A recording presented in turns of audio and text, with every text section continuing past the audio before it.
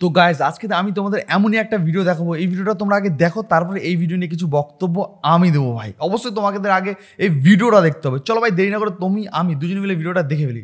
করছেন 26-এ তো বিজেপি আসবে। হ্যাঁ 26-এ বিজেপি আসবে। বিজেপি আসবে মানে কোন পরিপ্রেক্ষিতে বলছেন? কারণ যে দেশের দেশের একটা উন্নয়ন একমাত্র বিজেপি সরকার ছাড়া অন্য কোনো সরকার করতে পারবে না। এই সরকারের আমলে আপনারা সুবিধা কতটা পেয়েছেন, কি পেয়েছেন? এই সরকারের আমলে তো আমরা সুবিধা এখন এখানে তো পাই নাই। এই সরকার আসার জন্য আমাদের অনেক লড়াই আছে। আমাদের এই যে তৃণমূল সরকার হওয়ার পরে আমরা বিজেপিতে আসার পরে যে যত ক্ষতি করেছে পার্টি, আমাদের বাড়ি ঘর ভেঙে সব চুরমার করেছে, ব্যবসা বাণিজ্য সব দোকান সব কিছু ভেঙে দিয়েছে। আপনাদের সংখ্যালঘুদের? হ্যাঁ, সংখ্যালঘুদের অত্যাচার করতেছিল। আপনাদের তো মানে এই যে সীমান্ত লাগোয়া এলাকা বাড়ি? না, আমাদের বাড়ি সে রানীহাটে। কি না আপনার? আমার নাম হচ্ছে মমতা স্যার। এসআইএন নিয়ে কতটা আতঙ্কিত হয়েছিল? না, এসআই নিয়ে আমাদের কোনো আতঙ্কিত নাই তো। কিন্তু অনেকে কিন্তু বলছে এসআইএন নিয়ে আতঙ্কিত। না, আমরা কেন, আমাদের বাপ দাদা শুধু আমাদের এখানকার লোক। আমরা যারা বিদেশি আছে, যারা বাইরে যারা লোক আছে, তাদেরকে বাড়ি করার দরকার আছে আমাদের সরকারের। মানে কি মনে করেন এসআইএনটা কতটা হওয়া দরকার আছে? 100 বার হওয়া দরকার আছে। মানে আপনারা হচ্ছে এখানকার জাতীয়তাবাদী মুসলিম, আপনাদের কোনো ভয়ের বিষয় নেই। যারা বাংলাদেশি রোহিঙ্গা আছে তারা ভারত ছাড়া হবে, ভারত ছাড়া হবে। আপনারা এসআইএর পক্ষে? এসআইয়ের পক্ষে আমরা এসআইকে সমর্থন জানাচ্ছি। কি 26-এ কি চাচ্ছে দিদি? কি এই 26-এ পশ্চিমবাংলা থেকে দূর হবে?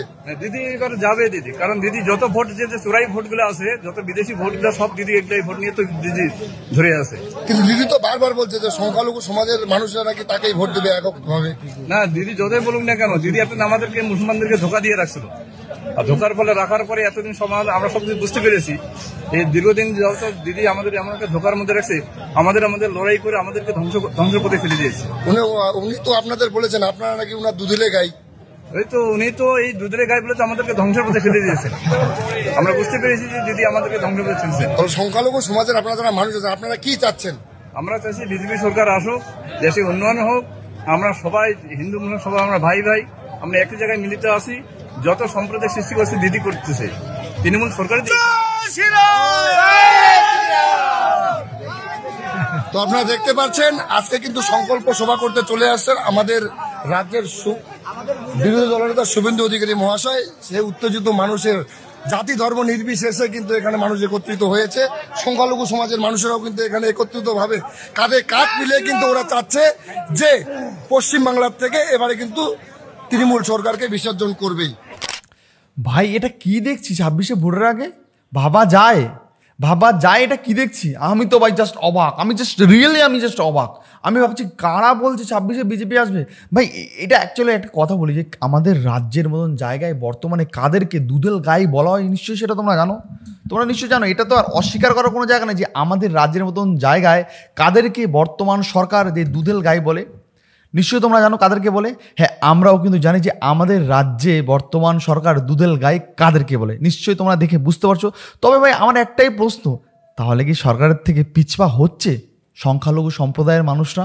আমার তো এটাই মনে হচ্ছে যে সংখ্যালঘু সম্প্রদায়ের মানুষরা এখন শাসক দলের দুধেল গাই হয়ে থাকতে চাইছে না, শাসক দলের দুধেল গাই হতে চাইছে না। আমার তো এটাই মনে হচ্ছে।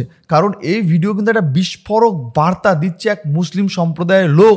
তিনি বলছে যে আমাদের এই রাজ্যের শাসক দলের নেত্রী, তিনি আমাদের জাস্ট দুধেল গাই বলে ইউজ করে গেছে দিনের পর দিন।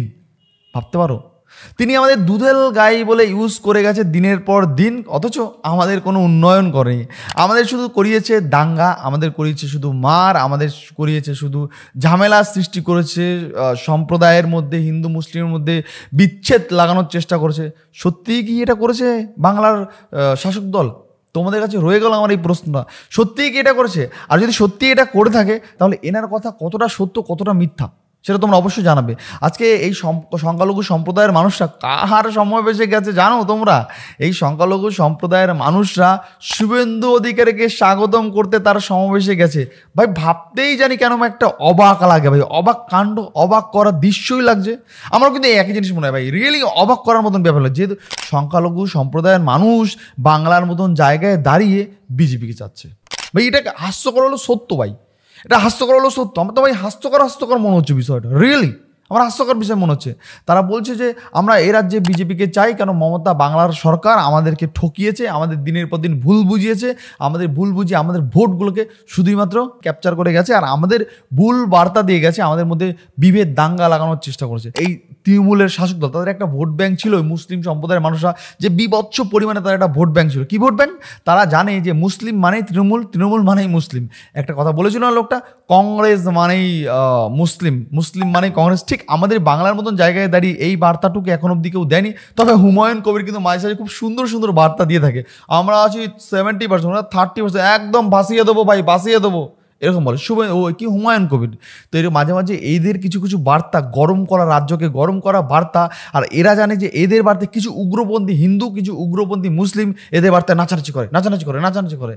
কিন্তু যারা শিক্ষিত সমাজ এদের বার্তায় কানও দেয় না, এদের বার্তায় নাচানাচি করে না। তবে বাংলার মতন জায়গায় দাঁড়িয়ে যে বাংলা সরকার একটা ভালো গেম খেলছে ধর্মকে নিয়ে, বাংলা সরকার যে একটা ভালো ন্যারেটিভিটি করার চেষ্টা করছে, সেটা কিন্তু বাংলা হিন্দু মুসলিম উভয় সম্প্রদায়ের লোক খুব ভালো বুঝতে পারছে। এই তো দেখা যাচ্ছে যে রিসেন্টলি বাবরি মসজিদ নিয়ে খুব একটা এখন গরম বিষয় চলছে ভাই। কেন? সামনে ভোট ভাই, সামনে ভোট। এই জন্য এখন বাবরি মসজিদকে নিয়ে লুঙ্গি বাহিনীদের খেপিয়ে দেওয়ার তোলা চলছে, যে লুঙ্গি বাহিনী, হে লুঙ্গি বাহিনী, তোমরা বিড়ি খাও আর ভোটের কথা ভাবো, বিড়ি খাওয়ার ভোটের কথা ভাবো। তোমাদের এটা ভাবতে হবে এ রাজ্যে শিক্ষা নেই, এ রাজ্যে কাজ নেই, এ রাজ্যে হসপিটাল নেই, এটা ভাবতে হবে না। তোমরা শুধু বিড়ি খাও, কেরালা, তামিলনাড়ু, ব্যাঙ্গালোর কাজে যাও, আর ভাবো শুধু বাবরি মসজিদটা কবে হবে, এটাই ভাবো, শিক্ষার দরকার নেই। তো আমার এটাই মনে হয় যে বাংলার মতন জায়গায় দাঁড়িয়ে সংখ্যালঘু সম্প্রদায়ের লোক এখন আস্তে আস্তে বুঝতে শিখছে। আশা করি তারা বুঝতেও পারছে, আর তারা ভবিষ্যতে বুঝবে ভাই। এটা একদম হাস্যকর হলেও না স্বীকার করার কোনো জায়গা নেই। তো চলো এবার দেখি এই যে ভিডিওটা তোমরা দেখছো, এই ভিডিও সুন্দর সুন্দর কিউট একদম পুচু কমেন্টগুলো একটু পড়ি, দেখি মানুষ বাংলার হিন্দু মুসলিম সম্প্রদায়ের লোক কী লিখছে। তবে ভাই আমি শিওর যে এই ভিডিওটা তোমরা দেখছো, এই ভিডিও যে মুসলিম সম্প্রদায়ের লোকরা যে এই লোকটাকে গালিগালি দিচ্ছে বা কটূক্তি করা কথা বলছে, এটা আমি একটা দুটো কমেন্ট দেখতে পাবোই, এটা আমার আশা। তো চলো দেখা যাক। এবার আমি এখনও রিয়েলি বিশেষ করে আমি কিন্তু এখন অব্দি কমেন্ট বক্সে যাইনি, এই তোমাদের সঙ্গে ফার্স্ট টাইম এখন কমেন্ট বক্সে ঢুকছি। চলো দেখা যাক কী লিখছে বাংলার মানুষ। এখানে একজন লিখছে গোবিন্দ রয়, বিজেপি জিন্দাবাদ। এখানে বলছে চাচা কত টাকা দেখেছো, এখানে বলছে এগুলো নাকি মাওলানা নকলিদারি, দেখেছো, বলছে এগুলো নাকি মাওলানা নকলিদারি। ঠিক আছে, এখানে কিছু ভাই দুই রকমের লোক কমেন্ট করবে, দুই সম্প্রদায়ের লোক। একটা হিন্দু সম্প্রদায়ের লোক কমেন্ট করবে, আর একটা মুসলিম সম্প্রদায়ের লোক কমেন্ট করছে। কেন করবে সেটা বলে দিই। দেখো, হিন্দু সম্প্রদায়ের লোক কমেন্ট করবে এই কারণে, যাক চাচা তোমার মধ্যে শিক্ষা এসছে, তোমার মধ্যে বুদ্ধি এসছে, তুমি বুঝতে পারছো তোমরা এই দেশীয় মুসলিম, তোমাদের তো টেনশন নেই, তোমাদের শিক্ষা আছে, বুঝতে পারছো তোমরা, যেহেতু বুঝতে পারছো যে তাহলে কত এই সরকার কতটা ভুল বোঝাচ্ছে, তার মানে হিন্দু সম্প্রদায়ের লোক ভাববে না এই চাচা তো ভালো কথা বলছে। কিন্তু ঠিক অপোজিট সাইডে আমার মুসলিম সম্প্রদায়ের কিছু ভাইরা ভাববে না না না চাচা তুমি একদম, চাচা আপনার প্রাণ বাঁচা, তুমি কত টাকা ঘুষ খেয়েছো, কোথা থেকে খেয়েছো, চাচা তুমি কি সত্যি মাওলানা, তুমি তো আমার মুসলিমদের কলঙ্ক। এরকম যেহেতু তাদের ওই যে বললাম না, তারা তৃণমূল করে না বলেই তারা কলঙ্ক। বর্তমান সময়ে বাংলার মুসলিমদের তৃণমূল করলেই তারা খুব ভালো, কিন্তু বিজেপি করলে তারা খারাপ, জঘন্য, নোংরা, পচা, অশিক্ষিত। এটা হয়ে যায়, আমি বানি না ভাই, কমেন্টে বানাই ভাই, পাবলিক। ঠিক আছে, চলো এবার কি দেখা যায়। এখানে বলছে অ্যাকশন চালু করো জলদি। ঠিক আছে, এখানে বলছে জয় শ্রীরাম। এখানে বলছে চাচা কথা বলছে ভাই। এখানে দেখো কি করেছে, এখানে জয় শ্রীরাম বলে একটা পতাকা বানিয়েছে ভাই, মোদির জয় শ্রীরাম দিয়ে ডিস আর দিয়ে দিয়েছে ভাই। ঠিক আছে, চলো ভাই দেখি পরে কমেন্টে কি লিখছে ভাই। এরকম ছবিগুলো দেখতে বেশ ভালোই মজা লাগে ভাই। এখানে বলছে ভারত মাতাকে জয়। এখানে কি লিখছে, বিজেপিতে গোবর পাওয়া যাবে। ঠিক আছে, এখানে বলছে চাচা কত টাকা দিয়েছে তোমাদের, মানে এটা বুঝতে পারছো ব্যাপারটা, কেউ কেউ পছন্দ, কেউ কেউ অপছন্দ। এখানে কি লিখছে দেখো, এখানে বলছে জয় শ্রীরাম, জয় শ্রীরাম চাচা, ধন্যবাদ জানালাম তোমাকে। ঠিক আছে, এখানে বলছে এই চাচার কথা শুনে আমাদের খুব ভালো লাগছে যে মুসলিমে অনেকটাই জেগেছে, হিন্দু মুসলিম ভাই 26-এ আমরা বিজেপিকে চাই, জয় শ্রীরাম। ঠিক আছে, ভারত মাতাকে জয়। ঠিক আছে, এখানে কি লিখছে ভাই দেখি, বিজেপি ক্ষমতায় এলে নামাজ পড়া মসজিদের ভিতরে হবে, রাস্তায় নয়। ঠিক আছে, সুকান্ত মজুমদার। ঠিক আছে, এখানে আবার দিয়ে দিয়েছে ভাই। ঠিক আছে, এখানে কি লিখছে জয় বাংলা, যে কি হ্যাঁ বিজেপি গভর্নমেন্ট 2026 সাল। এখানে বলছে তোমার বাড়ি একটা থাকবে না তাহলে, তোমার বাড়িতেও থাকবে না তাহলে। ঠিক আছে ভাই, কি বলবো, এখানে দেখো মানুষের মেন্টালিটি, হাজার লোকের হাজার রকম মেন্টালিটি আছে, কেউ ভুলভাবে কেউ ঠিকভাবে। আচ্ছা, এই ভয়েসটা বলেছে কি, এই ভয়েসটা এখানে কি লিখছে ভাই দেখো, বলছে এখানে বলছে তোমার দাড়ি একটাও থাকবে না ভাই। ঠিক আছে, বলছে তোমার দাড়ি একটাও থাকবে না তাহলে বিজেপি ক্ষমতায় আসলে, ঠিক আছে। এখানে বলছে রাষ্ট্রবাদী মুসলিম চাচা ভাইয়েরা অবশ্যই সঙ্গে থাকবো, আর যারা দেশদ্রোহী রোহিঙ্গা তারা বিরোধিতা করবে, আর রাষ্ট্রবাদী মুসলিম ভাই তারা তাদের দেশের জন্য জঙ্গল সাফ করার জন্য অবশ্যই সাথে থাকবে, কারণ তারা দেশকে ভালোবাসে। কেন বলছে দেখো রে টিএমসির চটি চাটারা, কেন বলছে সত্যি কথা বলার জন্য চাচাকে অনেক অনেক ধন্যবাদ, ঠিক আছে। এখানে বলছে মানুষ শেষ কথা বলে, ঠিক আছে, জয় শ্রীরাম, এখানে ধন্যবাদ চাচা যান, এখানে বলছে রাইট চাচা। দেখেছো বাংলার মানুষ যে কি পরিমাণে কমেন্ট করছে ভাই। এখানে বলছে তাহলে রাস্তায় নামাজ পড়া বন্ধ করে দেবে, তোরটা আগে করবে, তোরটা আগে, ঠিক আছে।